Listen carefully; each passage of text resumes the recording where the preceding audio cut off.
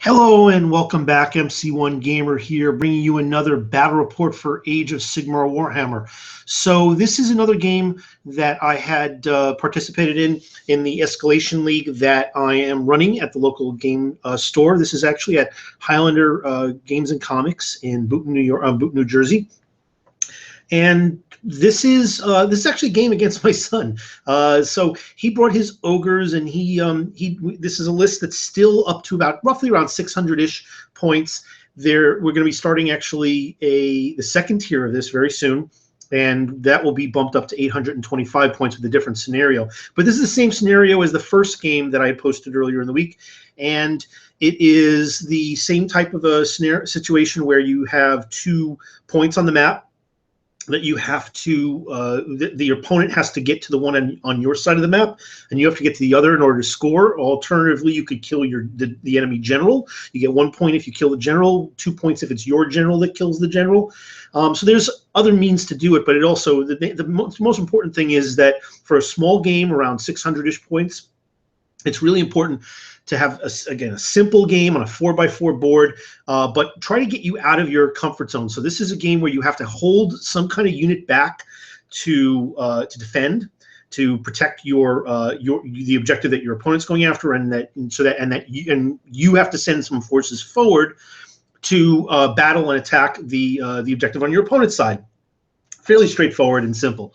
So here you see the forces arrayed. At the top, you can see that there's a unit of bulls to the left, a giant, a butcher, and some yetis. So those 3 yetis there, they're pretty good. They get to pile in from 6 inches away once they're within that 3-inch mark. I forget if it's that they can do it. They can actually pile in from 6 inches. In other words, be activated from 6 inches away. But I know that they have a longer pile-in range than most. So they have the ability to, if only one of them is, say, in combat range, unless it is the full 6 inches that you can activate them. But that's very unusual. That's an uncommon situation. There's only a couple of war scrolls I've seen that on. They may be one of them. So if that's the case, you don't have to put it in the notes, but feel free to post it if that's the case.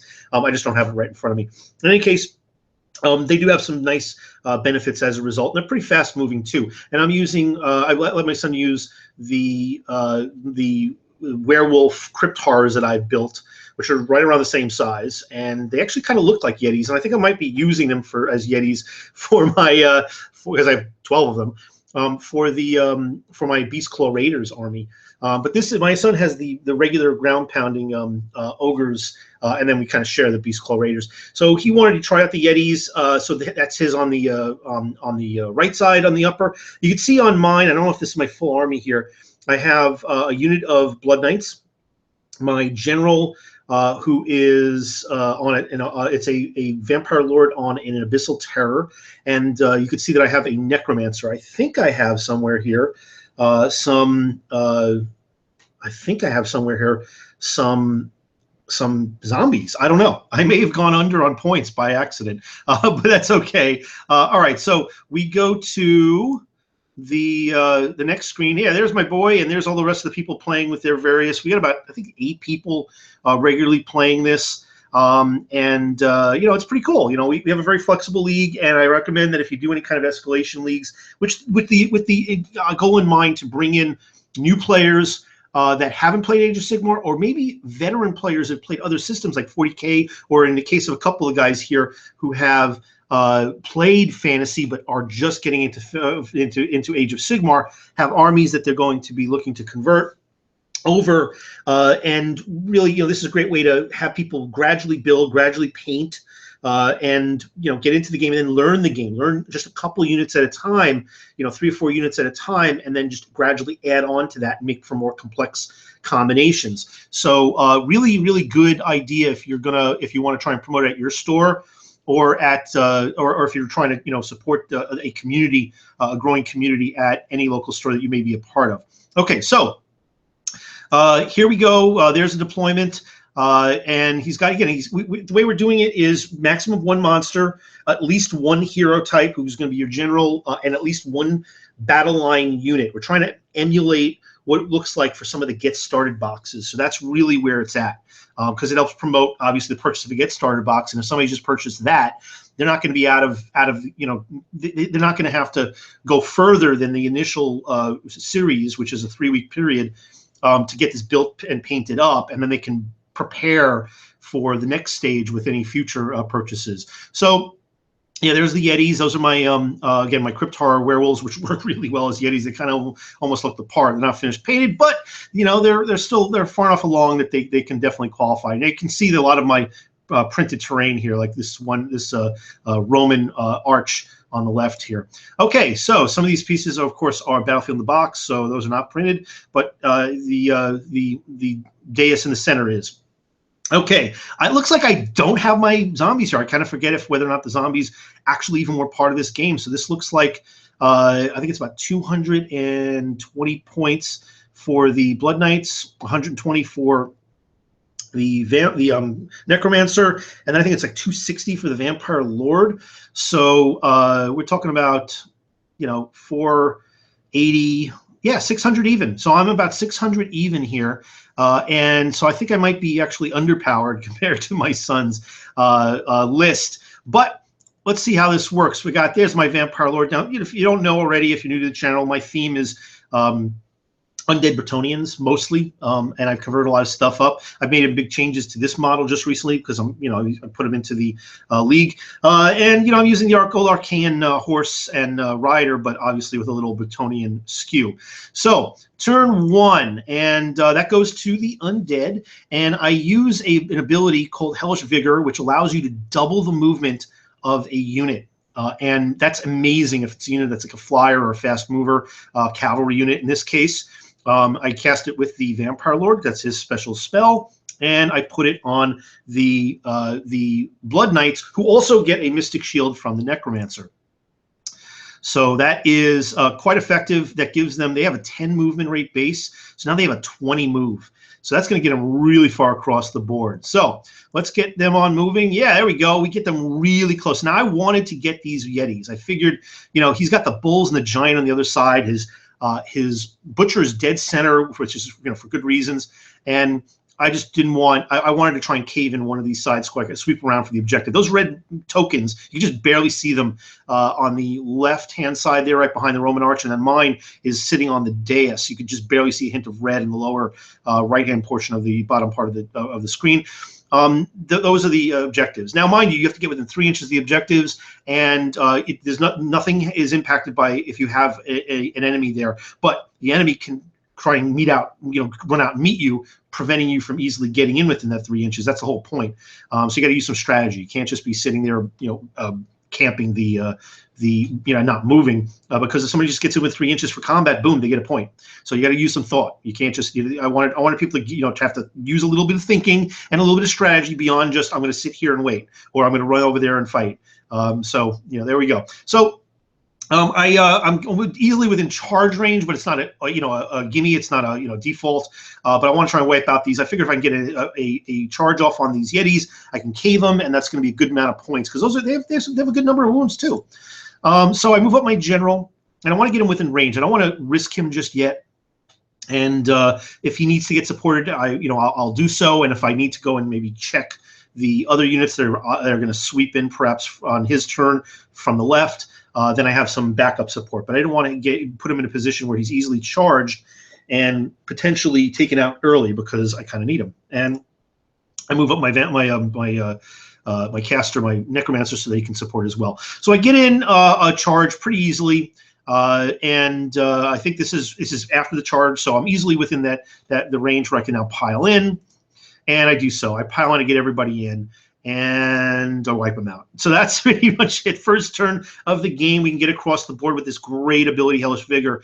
And my Blood Knights, again, they're Grail Knight Blood Knights. They waltz right in and kill the Yetis. So we get to bottom of turn 1, and the Ogres go. So the first thing is the Butcher has a special ability. If you're within 6 inches of him, you get a free move. This is an allegiance ability for destruction, which is effective. And there's some shenanigans you can play to try and get more guys to move. And of course, it affects the general himself as well. So he's going to activate, I believe, the The giant, I think he might have shimmied over to get within 6 inches of the bulls as well. So these guys get their free die 6 inches. That's not 6 inches, excuse me. It's die 6 inches to get, just to get a little bit closer. And it looks like he's going to swoop around and try and go after my blood knights, which is not a bad idea. The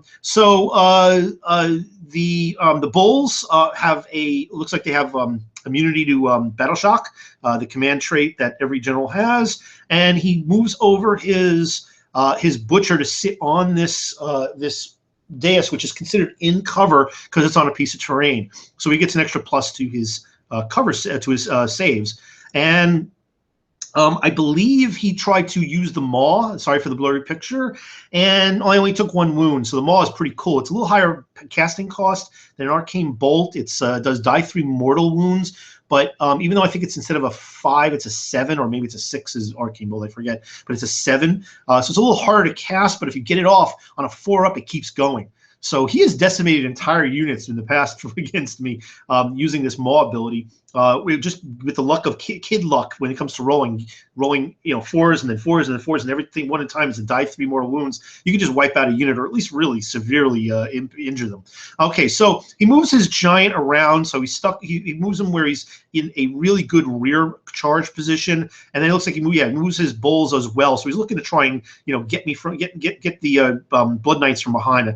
And then I believe he decides to stay a little bit closer to the objective. I'm not sure exactly why. He was in cover. I think maybe it was just in case I decided to retreat or get past these. It maybe failed. If he fails the charges, my blood knights can get in and defend, and he has something there to defend the objective.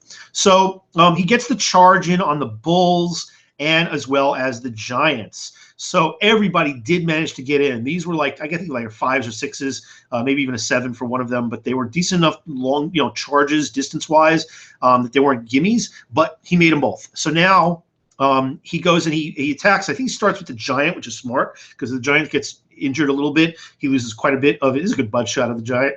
Sorry for the plumber crack here. But kills off one of the blood knights. Blood knights are pretty tough. Unless there's a Ren, they get a 3-up. Otherwise, they get a 4-up. You get a Mystic Shield, so that's either a 2 or a 3, depending on the Ren. I think everything has here is Ren. So it's a 3-up I'm getting, which is pretty good, and they got 3 wounds. So not bad in terms of defenses, and he kills one. They got 3 wounds each. He kills one outright. It looks like there's at least 1 more wound on another one.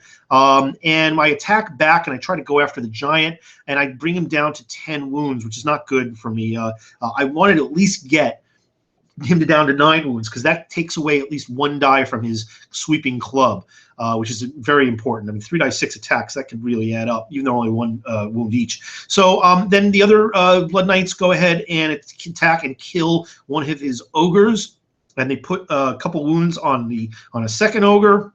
And we go to turn 2, and he gets the first turn. So he goes ahead and shimmies over. He's not within range to give anybody a die 6 move, but they can't move anyway because they're already within 3 inches range of an enemy, so they're actually considered in combat range, so they can't make any moves. I don't know if this ability would have allowed them to make that die 6 movement if they were already within 3 inches. I have to check. That's an interesting thought analysis right there that just popped in my head, but he's not in range of any of these guys anyway, so he gets to move a little bit over. I think he wants to go and help out the blood knights because the blood knights recover. You gain 1 back on every one of my hero phases. I start off by regaining 1 of them as long as I have my banner still alive.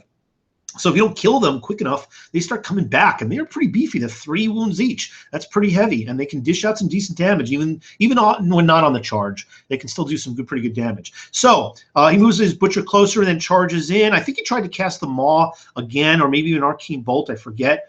And it failed. So I don't believe I was able to unbind it because my Vampire Lord and Necromancer are too far away. So, but it doesn't look like there's any additional wounds here. So he must have failed on the casting cost. He goes ahead and runs in there, and then we get into combat. I kill off one of his ogres. He takes out another one of my My Blood Knights, you can see that I managed to do only one more wound to the giant, but at least I was able to do it where such that he's now down to the next tier. So his diminishing profile of monsters, things start getting weaker. So he's now down, instead of 2d6 attacks on that big club, he's now at only instead of 3d6, he's down to 2d6. So it looks like I have one wound on another one of the knights. So I still got 3 knights up. We go to the bottom of 2, and I get a knight back. And what I didn't apparently do here is restore. If the unit has killed any enemy models, then you regain a wound. I think it's even a gain a wound per model. I'm not sure, because there are some unusual spells that actually do wounds to each model within range. It's not very common, but it happens. Either way, I get a model back. 3 more wounds back. I'm thrilled. So I'm now at 4 strength, which is, one of the best things about the Blood Knights. You got to kill them off in one shot, otherwise they're going to keep plaguing you. I go ahead and throw a Mystic Shield up, this time on my general instead. I think I might have actually cast this by the Necromancer, because he was in range of the Vampire Lord. And then I think I threw out, a Arcane Bolt at the giant just to try and drop him down, but I only do 1 wound to him. And then move up. Sorry for blurry picture, and get ready for a charge in and get the charge in. So now I'm within range of both the Ogre and the Giant. So I have options here. I want to try and wipe out that Ogre unit, but I need to start dropping this Giant down to the next tier at the very least, so he's less effective. He does have an ability called Stuff Him in a Sack. He can gobble up one of these Blood Knights if he rolls a 6, which is, I don't know if it happened during this game, but it's a little tougher. You got to basically double the wound profile, not the remaining wounds, the wound profile. These guys are 3 wounds each, so a roll of 6 will stuff them in a sack, which would suck. Anyway, we get to start attacking. I think I attacked first, and I unloaded as much as I could on this giant, but I wasn't able to kill him on a charge, obviously doing a little more damage. He does have a lance, even though he's modeled with a sword that is magnetized, so I can swap it out. You'll see that in future battle reports. They'll have the lance. So he has only 2 wounds left, so he's on his last leg, but the giant's still very dangerous, and just as much when he dies. So, he gets to attack back. I forget if he uses the giant or not. He might have, because he would probably fear that the Blood Knights would finish it off, and he kills off one of the Blood Knights, which again sucks. And then he starts unloading on the Vampire Lord, who has 8 wounds. Drops him down only 2 because he's got a pretty good defense. He's sitting on, I believe, a 2-up with a Mystic Shield. So I forget if his shield is similar to the Blood Knights, where you get the +1, the plus to the save only if there's no rend. But either way, in this particular situation, he was doing pretty well. He saved a bunch of attacks and only took 2 wounds. We go to turn 3, and he gets the first turn again. Kid luck is a real thing, and he goes ahead and activates. I believe he used the Maw, and the Maw just munched my general. I mean, my general had 6 wounds, and he got die 3 mortal wounds on it. I wasn't able to unbind it. He rolled 4 up again. I got another die 6. No, it's not die 6. Excuse me. Die 3 more mortal wounds. I think it wasn't enough to kill me then. He rolled a 4 up again, and it keeps going until you fail that roll, and my Vampire Lord dies. So this is looking to be another one of those losses. I think I'm like 10-2. I mean 2-10 rather against my son. He's beaten me 10 times out of 12. He just got my number. I mean, some of these things I do favor, stack in his favor. But he's learning the game. He's getting pretty good. And kid luck dice rolls, man. You can't believe how many 6s he rolls. Anyway, so follow-up attacks. He kills off another Blood Knight. It's not looking good. I mean, we're not even fully through the combat. I'm already down to only 2 knights, and the only thing I have left here is my Necromancer. So this might not even come down to points. I mean, if all things being equal, when it comes to these games, if there's no victory points, you just go down to what you've killed, what the victory points there are from units destroyed. So I'm going to be losing this game if I can't at least score 1 victory point. So I'm down to 2 Blood Knights, and I managed to kill off the giant. That was good. That was a hunk of change there. If I can drop the Ogre, and not lose my Blood Knights, I can win the game just based on points. Because, again, my Blood Knights will recover. But the giant falls on top of the unit. These are clumsy giants, first of all. I mean, I understand if it dies. I hate the rule where if you roll doubles and it falls. I mean, especially if you have a bunch of giants, they're just going to be falling all over each other all the time. But this guy falls, and we do a roll-off, and he beats me, and, of course, does the wounds, the mortal wounds from falling on top of the Blood Knights. And I believe, kills one, and I still have one remaining. So there's one wound left on that ogre. If I can kill that ogre, I'm in good shape as far as points are concerned. I'm not really concerned as much about going after the butcher because he's got a lot of wounds. I think he's got 7 wounds, and he took the upgrade from Allegiance to give him +1 wound, so there's 1 wound there. He's gonna be it's gonna be hard not to crack, especially with only one blood knight. Even if I get one back, I don't have the vampire lord anymore, so my target is that bull. So we get to turn 3, and I win the turn, which is great. Any of you detractors about the randomness of these turns, just jump off a cliff, man. This is just the randomness of turns is such an angsty element of the game. You never know what's going to happen. It just really, really changes the game from the you go, I go, you go. You don't know, and you got to prepare. And that's an interesting, stressful part of the game that you can work in your favor 1 minute and work against you in another. The swings in the game are phenomenal, and when you have that mystery, it works even better with games like, for instance, bolt action. But for Age of Sigmar, it's effective. Do not comp that out. That is a great element of the game. It sometimes can crush you, but the victories and the highs can be really, really high when it works in your favor. Even though I really needed this. I mean, if I only had the 1 blood knight and these 2 guys up against me, it would have been game over, I think. But I got the 1 blood knight back, so we go ahead. I move up my necromancer, and I think I tried arcane bolt. Yep, I arcane bolt the ogre off the table, which was key. Just needed to get him out of there, and that also freed me up to just focus on his general. So the blood knights go in on the general, and they only managed to drop him by 2 wounds. I mean, this isn't hard not to crack. This butcher is he's a toughie, and with 8 wounds, I don't know if I can do it. I mean, on a charge, I do die 3 wounds each lance, but hey, even with the horses, it's just not enough. So I managed to finish. I think the horses managed to get a couple wounds off of him as well, which is astonishing. I mean, look, butchers don't have incredible armor saves, so it's not too surprising. But 3 wounds, we get to turn 4, and I believe that was actually bottom of turn 4, and he strikes back. Doesn't do anything. I think he bounced off of me, and I fight back and kill the ogre. And that is the end. The final tally is 2 for the ogres and destruction, and 4 for the undead and death. Victory goes to death this time. This is, again, small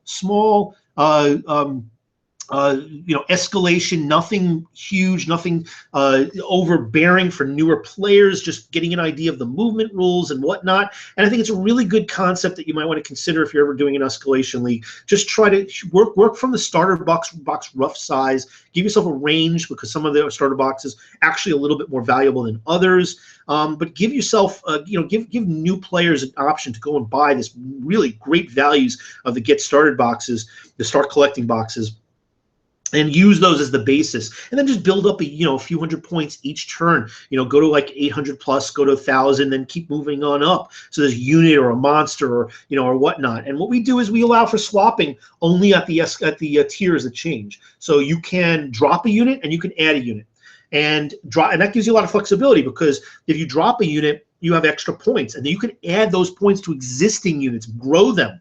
So there's a lot of flexibility. You can add a new character, you can add a new monster, you can add a new war machine, because you can add a unit, but you can't go over the top and like reorganize your entire list all at once. That way, people who have more extensive collections like myself can't just suddenly, game the system and constantly change up my forces to accommodate the new scenarios, which gives me advantage over a newer player who doesn't have the depth of model range that I might have. It means that you have to stay with your core group, and it can only modify slightly as you grow. You're more adding than you are subtracting. Even though there might be situations where somebody pulls out a unit that has been underperforming and may want to double down with maybe another 5 or 10 of that unit that's already existing, or maybe add a hero in or something like that. Either way, we're going to be jumping up for the next game to 825. The scenario is going to be a bit different. Provide trying to work a little bit of a different types of strategy on each of these games, and we'll see how that goes. Thank you for tuning in. Don't forget that to like, comment, and subscribe. And if you're interested in supporting the channel, I do have a Patreon account. The link will be down below. I hope you would consider that, even $1 a month. And I'm going to be auctioning off some 3D printed terrain for Patreon supporters only. So get in on that action too. Have a great day, everybody.